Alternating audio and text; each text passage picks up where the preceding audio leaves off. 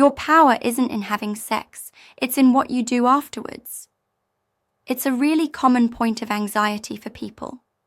Many think that once intimacy has happened, the woman loses her power or the guy starts to lose interest. G'day everyone, and welcome back to the Hookup Show. Today, we're tackling a topic that comes up a lot. What happens after intimacy in a new relationship? And how do you make sure that spark doesn't fade? We've got relationship expert Kim joining us to share some insights based on some interesting research. Kim, welcome. Thanks for having me, Sam. Yes, you are right. It's a really common point of anxiety for people. Many think that once intimacy has happened, the woman loses her power or the guy starts to lose interest. But the perspective I want to share today, drawn from the sources, is that your power isn't in having sex. It's in what you do afterwards. That's a fascinating perspective. So, let's break that down. What's the first thing you should be mindful of, particularly the morning after? Okay, the first big one is, don't be weird. It sounds simple, but often after such an intimate act, people can suddenly become really awkward. They might get cold or neurotic, worrying about how they look or scrambling to cover up. That post-intimacy awkwardness, I think a lot of people can relate to that. Absolutely. But according to the sources, if you can remain calm, happy, positive, and just have a playful vibe, you'll come across as much more confident and in control. So, in the morning, a simple strategy is to give a little deadline. Say something like, I have to go soon, I have so much to do today. So, you're setting the expectation that you're not just going to hang around awkwardly? Exactly. It puts a marker in his mind. Then, you can actually just enjoy the affection. Give him a big cuddle before you go. And if you actually like the guy, make sure you give him a nice, affectionate kiss when you leave. Then, just get on with your busy day. This is all presuming, of course, that you actually like him. Okay, so morning after handled, what about later in the day? Should you text? Should you wait? Later that day, the recommendation is to send a killer text. A killer text? Tell me more. It's designed to strike a balance. You don't want to be too vulnerable. Acting like sleeping together means you're now 10 steps into a relationship. But you also don't want to be too casual, making it seem like the night didn't mean anything to you. The suggested text is simple. I had a great time with you last night. Good luck with your meeting today. And maybe add a little kissy face. Why does that specific text work? It does a few things really well. Saying, I had a great time with you last night, is a small act of vulnerability and femininity. It allows you to be candid. Too many people play it too cool and dehumanize the experience. The second part, like good luck with your meeting today, is key because it makes it personal.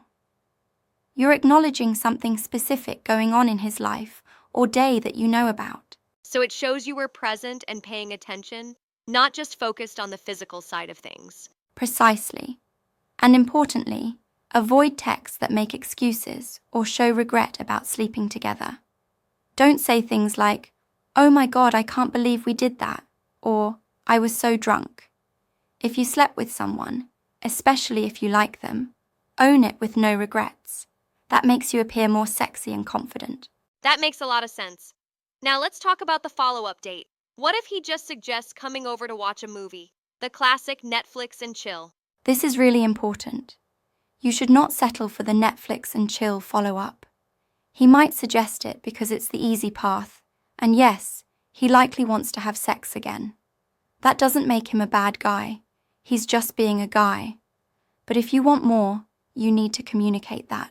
How do you do that without sounding difficult or like you're playing games? The suggested response is brilliant for this.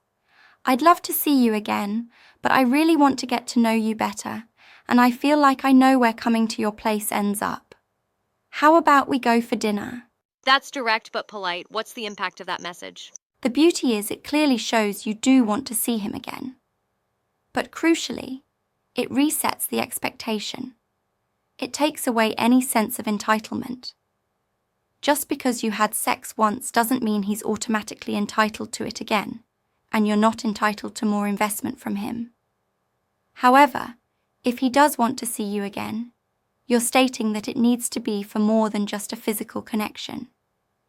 It needs to be about building a real connection, which requires time and investment. You're essentially saying you won't accept less. And if he's not willing to invest that time for dinner? Then you have your answer about how much he likes you. And that's okay. Your value isn't determined by whether he's willing to meet your standard. This ties into a broader theme I've heard you discuss, the idea of playing it cool versus having standards. Absolutely. One of the most common mistakes is playing it too cool. People fear that asking for what they want or showing they care will make them lose value. They think being chill, indifferent, or always convenient is what makes them desirable. This often comes from insecurity, wearing the cool girl or cool guy mask. It feels safe because you're less likely to be rejected if you never ask for anything. If you are rejected, you can tell yourself you weren't really asking anyway. But that mask isn't really serving you, is it? Not at all. It makes you susceptible to being taken advantage of, either by someone oblivious or someone manipulative. But there's another key reason why playing it cool is destructive for attraction. It's about investment psychology. Think of it as an investment psychology. This is how it's at work in dating. What makes us care about something is investing in it. Think about owning a house versus staying in a hotel room. You care deeply about your house because you invest time, money, and energy into it. You do upgrades, give it love and care. You don't feel that same connection to a hotel room you just rent for a night. So you're saying people care more about us if they have to invest in us? Exactly. By never asking for anything, by always being easy and convenient, you're preventing the other person from getting that experience of investing in you. And that's what makes someone care more and want more with you. The unexpected truth is that people will care about us more if we actually get them investing in us. So instead of trying to be the perfect, easygoing, cool girl who never asks for anything, we need to be brave enough to have standards and ask for what we want? Precisely. We need to be a little more brave, a little less cool, a bit more courageous and honest. This could be something small like being okay with texting first, or it could be bigger like demanding the next date is on your side of town if the last ones weren't, or simply communicating what you want. And having those standards, does that push people away, or does it actually make you more attractive? This is the key insight. When you start being confident in what you want and confident enough to ask for it, it becomes an indicator of your value. The very fact that you have a standard and stick to it, and are confident enough to ask for your needs to be met, makes someone see your value. It makes them see you as attractive. It's like they think, wow, if they're confident enough to have that standard, there must be something about this person. So, counterintuitively, having standards and asking for what you want, rather than playing it cool, can actually increase your attractiveness and make someone more likely to want a deeper connection? That's right. It requires competence in knowing how to communicate your standards and confidence in believing you are worthy of them. Many people struggle with this, often due to past experiences where asking for things led to negative outcomes. They learn to placate or seek external validation. But connecting to your own value is what allows you to hold your standard, even when there's tension or the other person starts to back off. Breaking your standard at the first sign of difficulty is the worst thing you can do.